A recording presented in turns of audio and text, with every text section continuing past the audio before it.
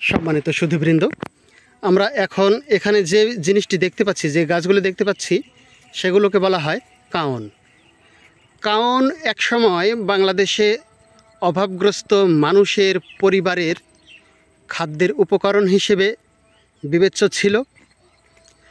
বাংলাদেশ অনেক দুঃখ, কষ্ট, অভাব, অনটন অতিক্রম করে আজকে একটি ভালো অবস্থানে পৌঁছাতে সক্ষম হয়েছে।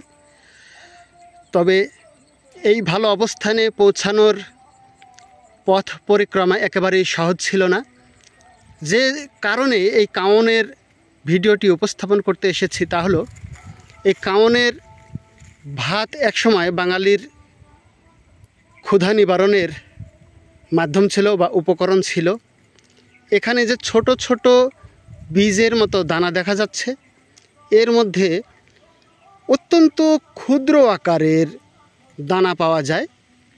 সেগুলো সেদ্ধ করে অভাবগ্রস্ত বাঙালি সম্প্রদায় জীবিকা নির্বাহ করতে একসময় বাধ্য হয়েছে।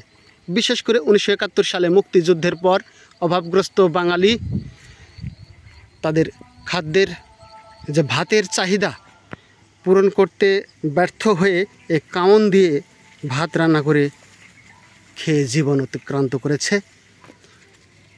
যেখানে কষ্ট সেখানে সাফল্য নিশ্চিত। সেজন্যই জ্ঞানী গুণীজনরা বলেন, কষ্ট করলে কেষ্ট মেলে। আজ আমরা অনেক কষ্টের পথ অতিক্রম করে এসেছি।